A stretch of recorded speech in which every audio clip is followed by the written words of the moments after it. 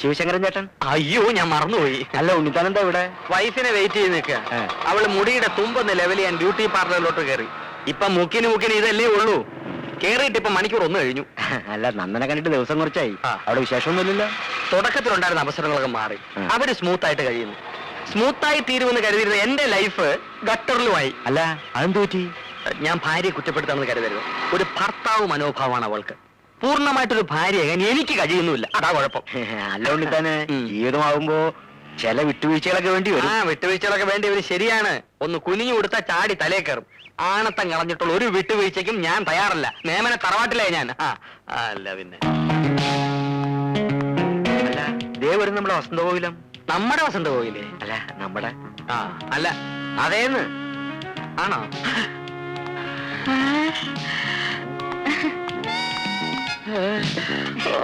നമുക്ക് പോകാൻ ചേട്ടാ.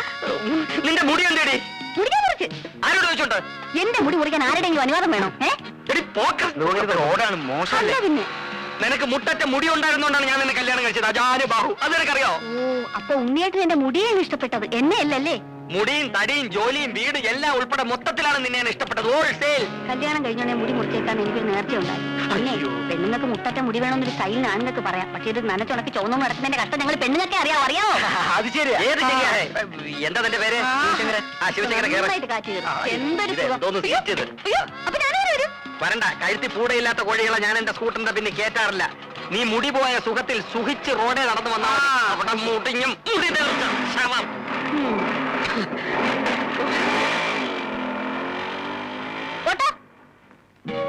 സത്യം പറഞ്ഞാൽ ഒരു വിവാഹ ജീവിതത്തെ കുറിച്ച് ആലോചിക്കുമ്പോ എനിക്ക് ആശങ്കയുണ്ടായിരുന്നു. എന്താ ആശങ്ക? കാലം തെറ്റിയുള്ള വിവാഹമാവുമ്പോ വല്ല പ്രേമനിരാശവും പിടിപെട്ട് കെട്ടുപ്രായവും കഴിഞ്ഞു നിൽക്കുന്ന പെണ്ണിനെ കെട്ടേണ്ടി വരുമോ എന്നുള്ള ആശങ്ക. ഇപ്പൊ ഉണ്ടോ? ഇല്ല.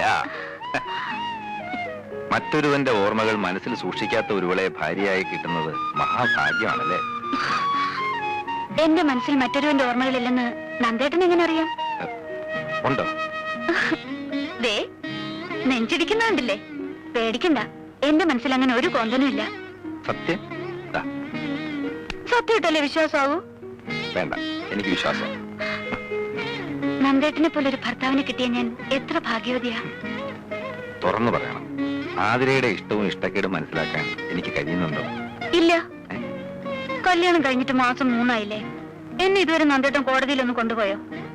അഡ്വക്കേറ്റ് നന്ദകുമാർ കോടതിയിൽ ഷൈൻ ചെയ്യുന്ന കാണാൻ അദ്ദേഹത്തിന്റെ ഭാര്യയ്ക്ക് കൊതി കാണില്ലേ? അത്രേ ഉള്ളൂ. നല്ലൊരു കേസ് വരട്ടെ, അപ്പൊ കൊണ്ടുപോവാം. അപ്പൊ ഇപ്പൊ വക്കീലിന് കേസൊന്നും ഇല്ലേ? അയ്യോ, ഇപ്പൊ ഉള്ളത് മോഷണം, പിടിച്ചുപറി, അതിർത്തി തർക്കം, ഇതൊക്കെയാ. ഗായത്രി മേനോൻ കൊലക്കേസിന്റെ വാദം തുടങ്ങട്ടെ, അപ്പൊ കൊണ്ടുപോവാം. മണി 12. തൽക്കാലം കേസ് കിട്ടഴിക്കണ്ട. ബെഡ്റൂം അതിനുള്ളതല്ല കേട്ടോ.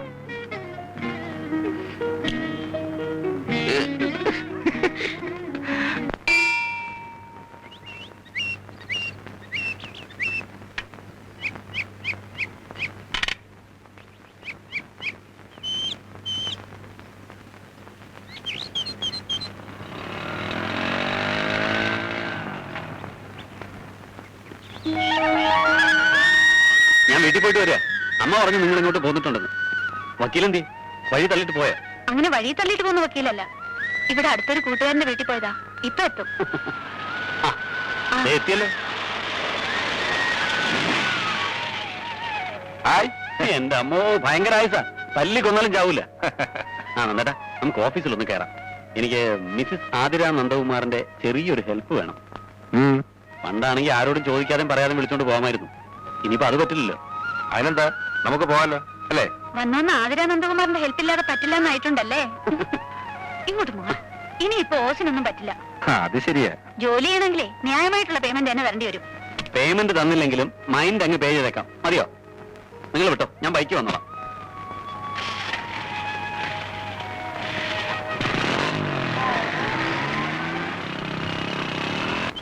ഉണ്ണിയേട്ടൻ ഇത്ര ധൃതി വെച്ച് എങ്ങോട്ടാ? മരിക്കാൻ. കോടതിയിലോട്ട്. അല്ല പിന്നെ എന്നെ എന്റെ ഓഫീസിൽ ഇറക്കി വിട്ടിട്ടല്ലേ ഉണ്ണിയേട്ടൻ പിന്നെ പോകുന്നത്? ആ പതിവ് ഞാൻ നിർത്തി. നിർത്താൻ എന്താ സർക്കാരിന്റെ ആനുകൂല്യമാണോ? അതിന്റെ കാരണം എനിക്കറിയണ്ട. കാരണത്തല്ല നീ ഇപ്പൊ പിടിച്ചിരിക്കുന്നത്. എടി ഒരു പെണ്ണിനെ പെണ്ണാക്കുന്നത് അവളുടെ മുടിയാണ്. തൊഴാം വാർ മുടിക്കും മുടിക്കും എന്ന് കവികൾ പറഞ്ഞിരിക്കുന്നത് വെറുതെ അല്ല. നിന്നെ ഈ കോലത്തിൽ കാണുമ്പോ ചില ധീരകൃത്യങ്ങൾ ചെയ്തതിന് ചില പെണ്ണുങ്ങളെ മൊട്ടയടിച്ച് കോടതി കൊണ്ടുവരുന്നതാണ് എനിക്ക് ഓർമ്മ വരുന്നത്. അതിന് ഞാൻ മുഴുവനും കളഞ്ഞില്ലല്ലോ, ഉണ്ണിയേറ്റിന് വേണ്ടി കുറച്ച് നിർത്തിയിട്ടില്ലേ? നിർത്തിക്കോ, പരുവുമ്പോ ഞാൻ മൂടോടെ വെട്ടിയെടുത്തോളാം. അതും കൂടി വടിച്ചിറക്കിട്ട് ഏതെങ്കിലും ആശ്രമത്തിൽ പോയി ഇരിക്കടി. പുണ്യം കിട്ടില്ലെങ്കിലും കാശ് കിട്ടും, ഉറപ്പാ. മിണ്ടി പോരുത്, എന്റെ കണ്ണു വെട്ടത്തു പോ. മുടിഞ്ഞവളെ, മുടി കളഞ്ഞവളെ. മുടി കൊടുത്ത പ്രാന്ത് തോന്നാൻ ഇയാൾ എന്തോന്ന് വെളുത്ത ആദിവാസിയാ. സാർ, ചന്ദ്രബാനുവിന്റെ ഫോൺ ഉണ്ടായിരുന്നു. എന്താ? സാറിന്റെ വൈഫിന് പെട്ടെന്ന് എന്തോ സുഖമില്ലാണ്ട് ഹോസ്പിറ്റലിൽ അഡ്മിറ്റ് ചെയ്തു. ആ.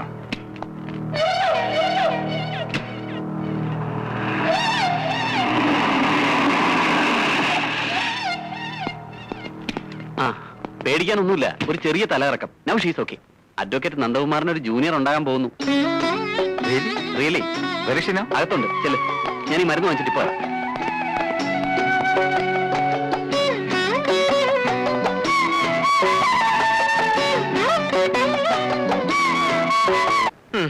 അടുക്കളയിൽ ചമ്മന്തി അരച്ചരച്ച് എന്റെ നഖം തേഞ്ഞില്ലാണ്ടായി. നീ നിന്റെ നഖത്തിൽ പെയിന്റ് ഒടിച്ചോണ്ട് ഇവിടെ ഇരുന്നോ? എന്റെ ഒരു തലയിലെഴുത്ത്. എന്റെ നന്ദന്റെയും കല്യാണങ്ങൾ തമ്മിൽ 3 ദിവസത്തെ ഗ്യാപ്പേ ഉള്ളൂ. അവന്റെ കുഞ്ഞിന് 6 മാസമായി. ആ, ഇനി 6 മാസം കഴിയുമ്പോ ആ കൊച്ചിന് 1 വയസ്സാവും. അതൊരു വലിയ കാര്യമൊന്നുമല്ല.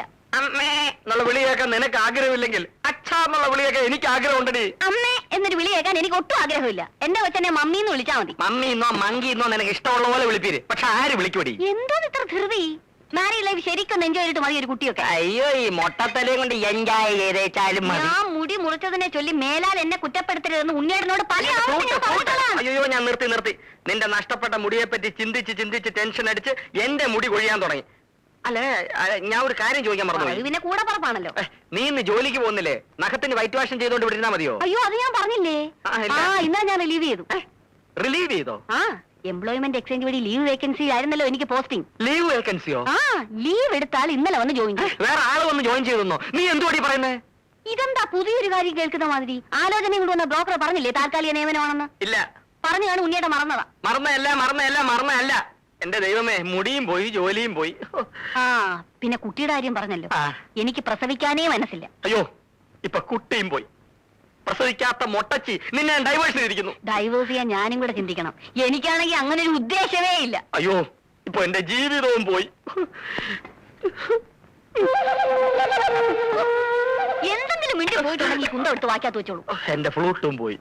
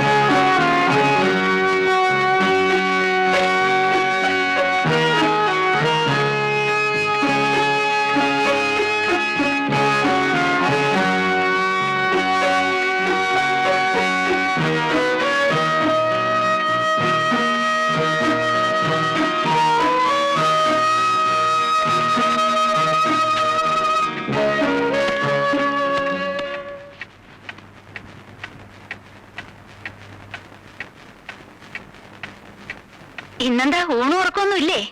ഞാൻ കുറച്ച് ലേറ്റ് ആവും. ചോറ് ഉടമ്പ് വെച്ചിട്ട് നീ കിടന്നു. ഇതെന്തായി കുത്തിക്കുറിക്കുന്നത്? തിങ്കളാഴ്ച ഗായത്രി മീനോൻ കൊലക്കേസിന്റെ വിസ്താരം തുടങ്ങാം. അതിന്റെ നോട്ട്സ് പ്രിപ്പയർ ചെയ്യാം. അപ്പൊ എനിക്കും വരാലോ വിസ്താരം കേൾക്കാൻ? ഓ, കൊണ്ടുപോവാമേ. ഇപ്പൊ എന്നെ പൊന്നു പോയി കിടന്നു ഉറങ്ങിയാട്ട്.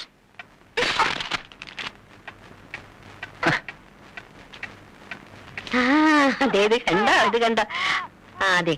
കൊണ്ടുവന്നല്ല മോൻ ഉറക്കം വരുന്നുണ്ട്. അവന് പാല് കൊടുത്തിട്ട് കിടത്തി ഉറക്കം. കൊച്ചുവക്കിൽ ഏത് നേരം ഉറക്കേ ഉള്ളൂ.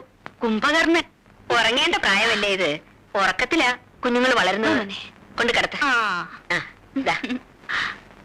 നമുക്കേ പാല് കുടിച്ചേച്ച് ഉറങ്ങാം.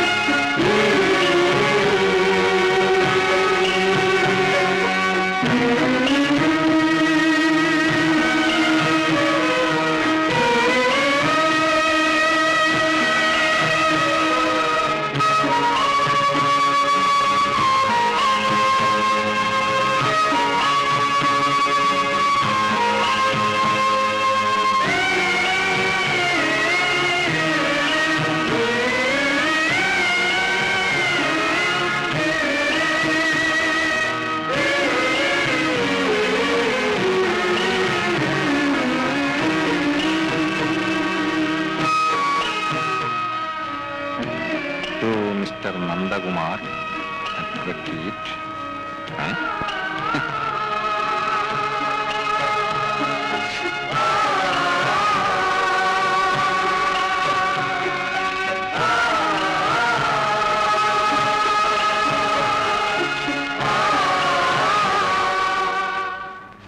അഡ്വക്കേറ്റ് നന്ദകുമാർ അറിയുന്നതിന് നിങ്ങൾ വിവാഹം ചെയ്യാൻ ഉദ്ദേശിച്ച ആതിരയാണ് ഈ കത്തെഴുതുന്നത്. ഞാനൊരാളെ സ്നേഹിക്കുന്നു. ഓർമ്മ വെച്ച നാൾ മുതൽ തുടങ്ങിയ ബന്ധമാണ്. മനസ്സുകൊണ്ടും ശരീരം കൊണ്ടും ഒന്നായി കഴിഞ്ഞവരാണ് ഞങ്ങൾ. ഞങ്ങളുടെ ബന്ധത്തിന് രണ്ടു കൂട്ടരുടെയും വീട്ടുകാർക്ക് എതിർപ്പാണ്. പക്ഷേ എനിക്ക് അദ്ദേഹത്തെ ഒരിക്കലും മറക്കാൻ വയ്യ. സമൂഹത്തിൽ നിലയും വിലയുമുള്ള നിങ്ങളെ വഞ്ചിക്കാനാവാത്തത് കൊണ്ടാണ് ഞാൻ എല്ലാം തുറന്നെഴുതുന്നത്.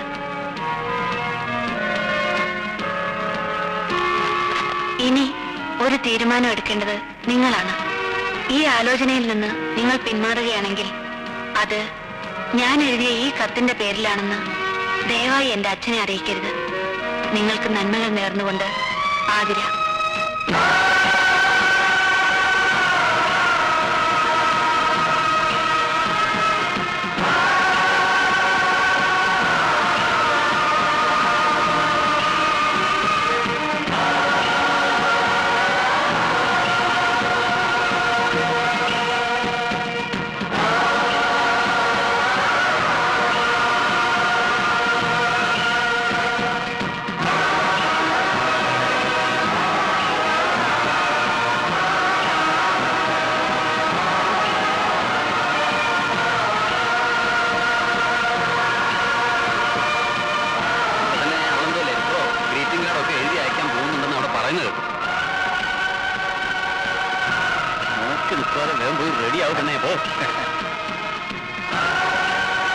എന്റെ മനസ്സിൽ മറ്റൊരുവന്റെ ഓർമ്മകളില്ലെന്ന് നന്ദേട്ടൻ എങ്ങനെ അറിയാം?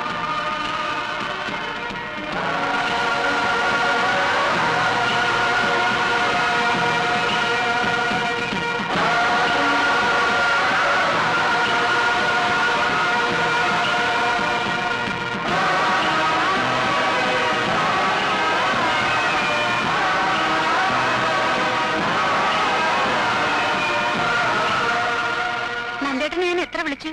ഇവിടെ വന്നിരിക്കുകയാണോ? ഗായത്രി മേനോൻ കേസ് അത്രയ്ക്ക് കോംപ്ലിക്കേറ്റഡ് ആണോ? ഞാൻ എന്തെങ്കിലും ലോ പോയിന്റ് പറഞ്ഞിരുന്നോ?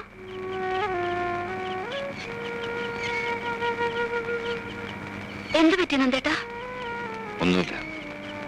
വല്ലാത്ത ടെൻഷൻ ഉള്ളതുപോലെ. ആലോചിച്ച മതി, വന്ന് കിടക്ക്. നീ കിടന്നോ, എനിക്ക് ഉറക്കം വരുന്നില്ല. എന്നാ ആലോചിച്ചോളൂ, ഞാനൊരു ശല്യമാവുന്നില്ല.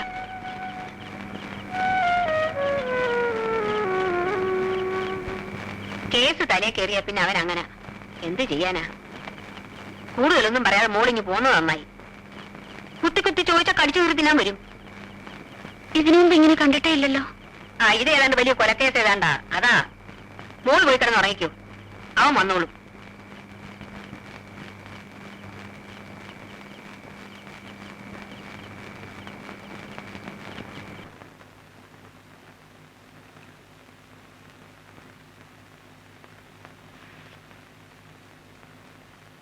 നന്ദേട്ടാ,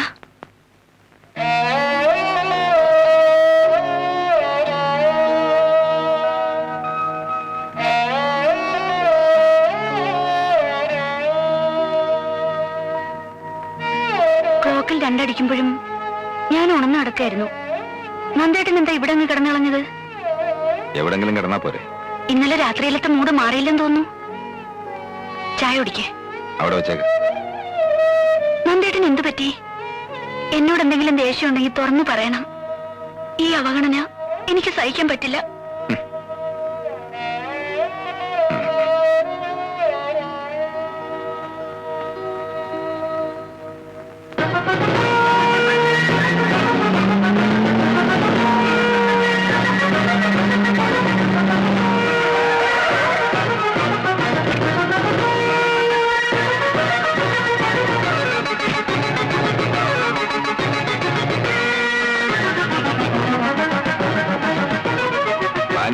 ഇല്ലല്ലോ, എറണാകുളത്ത് പോയിരിക്കുക.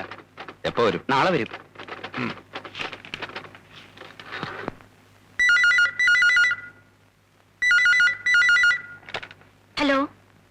അമ്മയ്ക്ക് ഫോൺ കൊടുക്ക. നന്ദേട്ടാ ഇത് ഞാനാ ആതിര. അമ്മയ്ക്ക് ഫോൺ കൊടുക്കാൻ.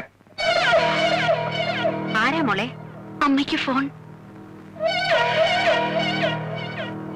ഹലോ നന്ദന, അവളോട് കുറച്ചു ദിവസം അവളുടെ വീട്ടിൽ പോയി നിൽക്കാൻ പറ. ഞാൻ വിളിച്ചിട്ട് വന്നാ മതി. നീ എന്ത് ഭ്രാന്തായി പറയുന്നത്? എന്താ കാര്യം? അമ്മ ഞാൻ പറഞ്ഞത് കേട്ടാ മതി. എന്താ അമ്മേ? നിങ്ങൾ തമ്മിൽ എന്തെങ്കിലും സംസാരം ഉണ്ടായോ? ഇല്ല. അവന്റെ മനസ്സിൽ എന്തോ ഉണ്ട്. നന്ദേട്ടൻ എന്താ അമ്മേ പറഞ്ഞത്? നീ കുറച്ചു ദിവസം നിന്റെ വീട്ടിൽ പോയി നിൽക്കാൻ. അവൻ വിളിച്ചിട്ട് നീ ഇങ്ങോട്ട് വന്നാ മതിയെന്ന്.